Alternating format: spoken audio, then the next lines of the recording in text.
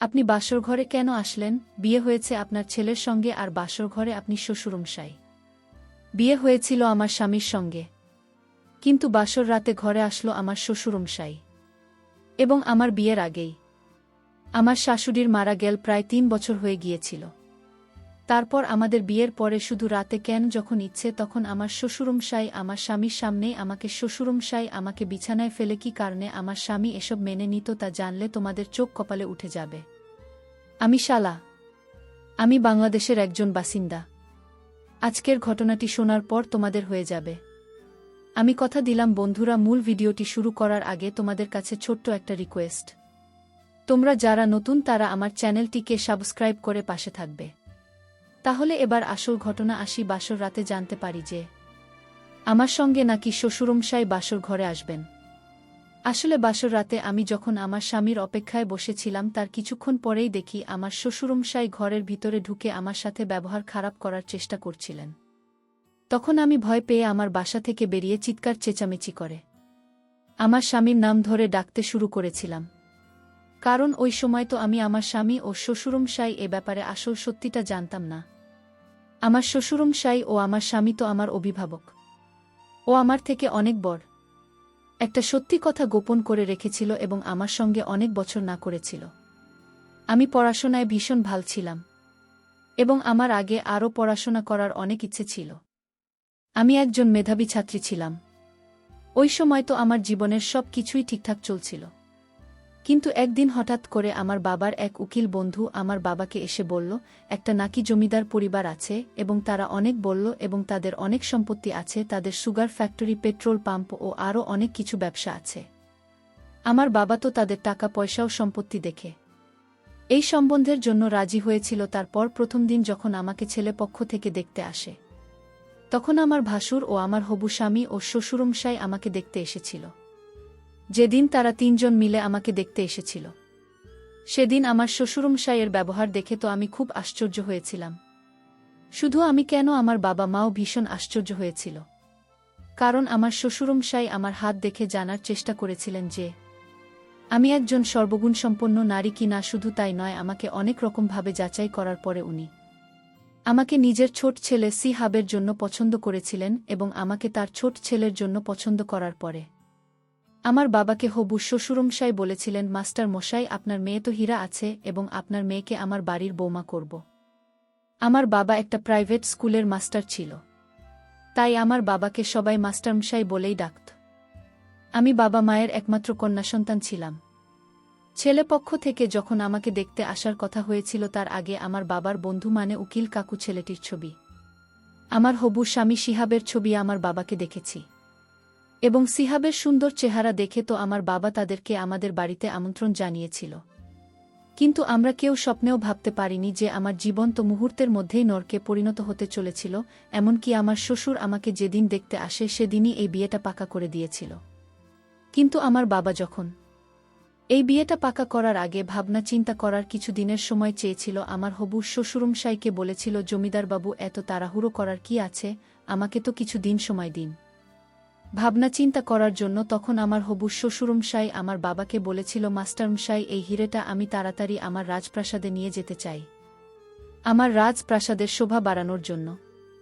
তারপর আমার হবু শ্বশুরমশাই তার পার্সোনাল উকিলকে মানে আমার বাবার যিনি বন্ধু ছিলেন উকিল কাকু, উনাকে আমার হবু শ্বশুরমশাই চোখে চোখে কিছু ইশারা করলেন।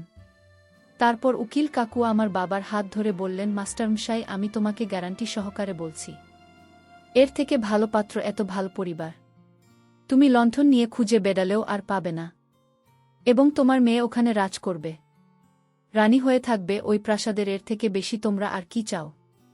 তাই সম্বন্ধটা পাকা করে দাও, বেশি ভাবনা চিন্তা করার কোনো দরকার নেই। আমি আছি তো। ঠিক ওই সময় আমার শ্বশুরমশাই নিজের পকেট থেকে একটা স্বর্ণের আংটি বের করে নিজের ছেলের হাতে দিয়ে বললেন, আংটিটা আজকে পরাতে হবে। তারপর আমার বাবা মাও খুশি হয়ে আমাকে ঘরের ভিতরে নিয়ে গিয়েছিল একটুখানি তৈরি করার জন্য। আমি তখন ঘরের ভিতরে বাবা মাকে বলেছিলাম, বাবা, আমার কিন্তু কিছুই ঠিক লাগছে না, কারণ তারা আমাকে দেখতে এসে এত তাড়াহুড়ো করে বিয়ে পাকা করছে। আমাদের তো কিছু দিনের সময় দেওয়া উচিত ছিল। বাবা তখন আমার মাথায় হাত দিয়ে বলেছিল, শালা, আমার বিশ্বাস যে এর থেকে ভালো পরিবার তুই আর পাবি না মা। কারণ আমি তো শ্বশুরমশাইয়ের সঙ্গে তোর পড়াশোনার ব্যাপারে আলোচনা করেছি, এবং এটা বলছি যে তুই আগে আরও অনেক পড়াশোনা করতে চাস। তখন তো শ্বশুরমশাই বলেছে তুই যত পড়তে চাস ওরা নাকি পড়াবে, পড়াশোনার ব্যাপারে তাদের নাকি কোনো আপত্তি নেই। এবার তুই খুশি আছিস, কারণ তুই যেটা চাইছিস সেটা তো পেয়ে যাচ্ছিস। তারপর বাবা যখন আমাকে এটাও বলেছিল যে আমার শ্বশুরবাড়ির লোকেরা নাকি বিয়ের পরেও আমাকে পড়াশোনা করার সুযোগ দেবে, এই কথা শুনে তো আমি বাবা মায়ের মুখের দিকে তাকিয়ে সেজেগুজে তৈরি হয়েছিলাম। তারপর সেদিনই আমাদের আংটি বদল হয়েছিল, এবং তার কিছুদিন পরেই বিয়ের তারিখ পাকা হয়েছিল। এমনকি আমার আংটি বদল হওয়ার সময় আমার শ্বশুরমশাই যা কাণ্ড ঘটিয়েছিল সেটা শুনে তো আপনারা অনেক বেশি আশ্চর্য হয়ে যাবেন। আসলে আংটি বদলের সময় আমি তো শিহাবকে আংটি পরিয়ে দিয়েছিলাম, কিন্তু জানি না কেন তার মুখে তখন হাসি ছিল না। এমনকি সে তো আমার দিকে তাকিয়েও দেখেনি। শুধু তাই নয়, আমার হবু স্বামীর মুখে তখন হাসি ছিল না। শুধু আমার স্বামী কেন, আমার ভাসুরের মুখে কোনো হাসি ছিল না। তারপর আংটি বদলের সময় শিহাব যখন আমাকে আংটি পরাতে আসেন, তখন জানি না কেন তার হাত জোট করে কাঁপছিল, এবং তার চোখ মুখ লাল হয়ে গেছিল, এবং সে বারবার তার বাবার মুখের দিকে তাকাচ্ছিল, কিন্তু সে আমাকে আংটি পরাতে পারছিল না। তারপর ওই সময় আমার শ্বশুর সবার সামনে শিহাবকে গালাগালি দিয়ে বললেন, ছাড়, তোর দ্বারা কিছুই হবে না, দেয় এই সব কাজটাও আমি করে দিচ্ছি। এই বলে আমার শ্বশুরমশাই আংটিটা শিহাবের হাত থেকে কেড়ে নিয়ে উনি নিজেই আমাকে আংটিটা পরিয়ে দিয়েছিলেন। ওই সময় তো আমি কিছুই বুঝতে পারছিলাম না যে তারা এসব কি করছিল। আমার শ্বশুরের কাণ্ড দেখে তো অনেক বেশি আশ্চর্য হয়েছিলাম, এবং আমার হবু স্বামী কেন এত ভয় পাচ্ছিল আমাকে আংটি পরানোর। তখন আমার শ্বশুরের পার্সোনাল উকিল মানে উকিল কাকু আর কি, উনি আমার বাবা মায়ের দিকে মুচকি হেসে বলেছিল, আরে আমাদের শিহাব না, ভীষণ সহজ সরল, আজ পর্যন্ত কোনো মেয়ের দিকে খারাপ নজরে দেখাতো। অনেক দূরের কথা, সে তো আজ পর্যন্ত কোনো মেয়ের সঙ্গে কথা বলেনি, তাই সে হয়তো একটু ঘাবড়ে গেছে। আপনারা এটা নিয়ে কোনো দুশ্চিন্তা একদম করবেন না। তার কিছু দিনের মধ্যেই কিন্তু আমি বিয়ে হয়ে শ্বশুরবাড়িতে চলে আসি। বিয়েতে যখন আমি শিহাবের সঙ্গে মণ্ডপে বসেছিলাম, সেদিন কিন্তু তার মনে অনেক ফুর্তি ছিল, এবং সেদিন কিন্তু আমার শ্বশুরমশাই আমাদের বিয়েতে উপস্থিত ছিলেন না। আমার বাবা যখন আমার শ্বশুরমশাইয়ের খোঁজ স্বামী নিতে শুরু করেছিল, তখন উকিল কাকু আমার বাবাকে বলেছিল রাত্রি 9টার পরে নাকি আমার শ্বশুরমশাই নিজে ওষুধ খেয়ে শুয়ে পড়েন। উনি নাকি 9টার পরে আর রাত জাগতে পারেন না, আর সেজন্যই নাকি উনি আমাদের বিয়েতে উপস্থিত থাকতে পারেননি। এই কথাটা শুনে আমার মনে একটু খটকা লেগেছিল। তারপর বিয়ে করে যখন আমি বিদায় হয়ে শ্বশুরবাড়িতে চলে আসি, তখন বাসর রাতে স্বামীর অপেক্ষায় বসেছিলাম। ভেবেছিলাম স্বামীর সঙ্গে অনেক ভালো সময় কাটাবে। তার কিছুক্ষণ পরেই আমার ঘরের দরজা খুলে উনি যখন আমার ঘরের ভেতরে প্রবেশ করেন, তখন উনাকে দেখে তো আমি অনেক বেশি ঘাবড়ে গিয়ে চিৎকার চেঁচামেচি শুরু করেছিলাম। কারণ আমার ঘরের ভিতরে আমার স্বামী নয়, আমার শ্বশুরমশাই আমার ঘরের ভিতরে ঢুকেছিল। তারপর আমি যখন রুম থেকে বের হতে যাচ্ছিলাম, তারপর আমি না পেরে অনেক বেশি ভয় পেয়ে ঘর থেকে বেরিয়ে যায়। তারপর আমার স্বামীর নাম ধরে আমি ডাকাডাকি শুরু করেছিলাম। তখন আমার স্বামীকে দেখলাম যে সে নিচে বারান্দার ঘরে ফোনে কারো সঙ্গে কথা বলছিল। তখন আমি আর না পেরে অনেক বেশি ভয় পেয়ে তাড়াতাড়ি আমার স্বামীর কাছে গিয়ে বললাম, তুমি এখানে আছো, আর ওদিকে তোমার বাবা আমার সঙ্গে এসব করার চেষ্টা করেছেন। এসব কি হচ্ছে? আমার স্বামী তো সব কিছু শোনার পরেও মাথা নিচু করে চুপচাপ দাঁড়িয়েছিল। তারপর উপর থেকে আমার শ্বশুরমশাই নিচে নেমে এসে বললেন, আমার ছেলেকে জিজ্ঞেস করার কোনো দরকার নেই, আমি নিজেই তোমাকে সব কিছু বলে দিচ্ছি। তারপর আমার শ্বশুরমশাই আমাকে যা বলেছিলেন সেটা শুনে তো আমার দম বন্ধ হয়ে আসছিল। আমার শ্বশুরমশাই তখন মুচকি হেসে বলল, শালা রানী, তুমি আমার বউ এবং আমি তোমার স্বামী, আর আমার ছেলেরা হচ্ছে তোমার সন্তান। আমার শ্বশুরমশাইয়ের মুখ থেকে সব আজেবাজে কথা শুনে তো আমি অনেক বেশি রেগে গিয়েছিলাম। আপনি এসব কি কথা বলছেন? আপনার মাথা ঠিক আছে তো? আমার শিহাবের সঙ্গে বিয়ে হয়েছে। আমি তখন শিহাবকে বললাম, শিহাব, তুমি চুপচাপ এখনো দাঁড়িয়ে আছো কেন? তুমি তোমার বাবাকে আমাদের দুজনের বিয়ের কথাটা বলো। আমার শ্বশুর তখন আবার আমাকে বললেন, এই যে আমার মহারানী, এই বাড়িতে শুধুমাত্র আমার হুকুম ও আমার আদেশ চলে। আর তোমার সঙ্গে আমার ছেলে নয়, আমার বিয়ে হয়েছে।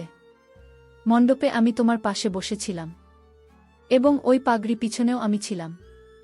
আর আমি তো তোমার ছোট ছেলে হয়। আর আমার 2 ছেলে তো আগেই বিয়ে হয়ে গেছে, তাদের বউ আছে। আমি যখন কোনো মতেই এটা বিশ্বাস করতে রাজি হয়নি, জেসি হবে নাকি 1 বছর আগেই বিয়ে হয়ে গেছে, তখন আমার শ্বশুরমশাই তার ছোট বোন ও মায়ের নাম ধরে বাইরে ডাকলেন এবং বললেন আমি নাকি আজ থেকে তার 2 বৌমাদের শাশুড়ি মা হয়। শ্বশুরের মুখ থেকে সবকিছু শোনার পরে তো কিছুক্ষণের জন্য আমি গান শূন্য হয়ে গেছিলাম। তো মনে হচ্ছিল যে আমার মাথা কাজ করা বন্ধ করে দিয়েছে, এবং এটাই তো স্বাভাবিক। তারপর আমি যখন কান্নাকাটি শুরু করে আমার শ্বশুরমশাইকে জিজ্ঞেস করেছিলাম যে উনি আমার সঙ্গে এত বড় ছিল না কেন করেছেন, তখন আমার শ্বশুরমশাই আমাকে বললেন, আমি যদি তোমার বাবার কাছে গিয়ে বলতাম যে আমি তোমাকে বিয়ে করব, তাহলে কি তোমার বাবা এই বিয়েতে কখনো রাজি হতো? কারণ আমি তো একজন বয়স্ক বুড়ো মানুষ, আর তুমি কত তরুণী, তাই আমার ছোট ছেলেকে মোহরা বানিয়ে ছলনা করে তোমার সঙ্গে বিয়ে করেছি, এবং আমি তোমার বাবা ও মাকে মিথ্যে কথা বলছিলাম যে আমার ছোট ছেলে সি হবে, সঙ্গে তোমার বিয়ে দিতে চাই। কারণ প্রথম নজরে তোমাকে দেখি আমি ভেবে নিয়েছিলাম যে বিয়ে তোমাকেই করব, কারণ তুমি কত সুন্দরী ও তরুণী। সেটা যেভাবেই হোক না কেন, আমি বিয়েটা তোমার সঙ্গেই করব। তারপর শ্বশুরের মুখ থেকে সবকিছু শোনার পরে আমি যখন কান্নাকাটি করে আমার শ্বশুরের সামনে হাত জোড় করে বলেছিলাম আমাকে যাতে বাড়ি যেতে দেয়, তখন আমার শ্বশুরমশাই আমাকে বলেছিলেন, ও আমার রানী, তোমাকে তো বিয়ে করেছি এই বাড়ির মালকিন করার জন্য, তাই আজ থেকে এটা বলা ছেড়ে দাও যে তুমি বাবার বাড়ি যাবে। তারপর আমার শ্বশুরমশাই তার ছেলে ও বৌমাদের উপর অনেক জোরে চিৎকার করে হুমকি দিয়ে বললেন, তোমরা 4 জন মিলে এখানে দাঁড়িয়ে কেন নাটক দেখছে, নাকি সব নিজের ঘরে চলে যাও এবং আমাদের স্বামী স্ত্রীদের একা ছেড়ে দাও। এটা আমাদের মাঝখানের ব্যাপার, এমনিতেও আজ আমাদের বাসর রাত। তারপর আমার শ্বশুরমশাই আমাকে ঘরের ভিতরে নিয়ে এসে আমার সঙ্গে জোর করে সারা রাত। সেদিন আমি সারা রাত ঘুমাইনি। সেদিন সারা রাত আমার চোখ দিয়ে জল পড়েছিল, এবং আমার কিছুই বুঝতে বাকি ছিল না যে আমার সঙ্গে অনেক বড় অন্যায় হয়েছিল। কিন্তু সেদিনই আমি নিজের মনে মনে প্রতিজ্ঞা করেছিলাম যে এটার প্রতিশোধ তো আমি নিয়েই ছাড়ব, এবং আমি নিজের জীবন নষ্ট হতে দেব না, এবং সেটা নিজের জ্ঞান ও উপস্থিত বুদ্ধির মাধ্যমে করব। আমার সঙ্গে অত বড় অপরাধ হওয়া সত্ত্বেও আমি কিন্তু হার মানিনি। এমনকি ওই বাড়িতে কিছুদিন থাকার পরে আমি বুঝতে পেরেছিলাম যে আমার শ্বশুরমশাই তার ছেলে ও বৌমাদের ভয় দেখিয়ে রেখেছিলেন। এমনকি আমার শ্বশুর তো তার ছেলেদের হাত খরচের জন্য 1 টাকাও দিত না। আমার শ্বশুরমশাই মানে আমার স্বামী তাদেরকে সারাক্ষণ অপমান করত। এমনকি তারা 4 জনে আমার শ্বশুরের প্রত্যেকটা কথা ভয়ে মাথা নত করে পেতে দিত, কারণ তারাও বাধ্য ছিল। আমার শ্বশুরের এত সম্পত্তি থাকা সত্ত্বেও সে তার ছেলেদেরকে কিছু দিত না, এবং তাদের 20 টাকার প্রয়োজন হলেও তারা আমার বুড়ো শ্বশুরের কাছে হাত পেতে চেয়ে নিত। এমন নয় যে সব কিছু জানার পরেও আমি সেখান থেকে পালানোর কোনোদিন চেষ্টা করিনি। আমি বীরুর কাছ থেকে পালানোর অনেক চেষ্টা করেছিলাম। এমনকি আমার বাবা মা সব কিছু জানতে পেরে যখন আমার শ্বশুর বাড়িতে এসেছিল আমাকে সেখান থেকে নিয়ে যেতে, কিন্তু আমার বুড়ো স্বামী আমার বাবা মাকে হুমকি দিয়েছিল, এবং বুড়োর যেহেতু অনেক টাকা ও সম্পত্তি ছিল, তাই আমার বুড়ো স্বামী আমার বাবা মাকে বলেছিল তারা যদি বেশি বাড়ায় তাহলে আমার বুড়ো স্বামী নাকি টাকার জোর দেখে আমার বাবা মাকে মিথ্যে কেসে ফাঁসিয়ে দিয়ে জেলের ভিতরে ভরে দেবে। আমার বুড়ো স্বামী মানে শ্বশুরমশাই তাদেরকেও শাস্তি দিতে ছাড়ত না। আর এই সব কিছুই উকিল কাকুর জন্যই হয়েছিল, কারণ ওই উকিল তো সব কিছুই আগে থেকে জানতেন। উকিল আমার স্বামীর ডানহাত ছিল, সে টাকার লোভে আমার শ্বশুরের সব কথা শুনতে এবং আমার জীবনটাকে নষ্ট করেছিল, এবং আমার শ্বশুরের টাকা পয়সা সব কিছুর হিসেব উকিল রাখতে। বন্ধুরা, পরিশেষে একটি কথা তোমাদের উদ্দেশ্য করে বলতে চাই, তোমরা বিয়ের আগে অবশ্যই সময় নিবে। তাড়াহুড়ো করে বিয়ে করবে না বা বিয়ে দেবে না, তাহলে আজকের মতো অবস্থা তোমাদের হবে। বন্ধুরা, গল্পটি ভালো লাগলে লাইক করে পাশে থাকবেন। ধন্যবাদ।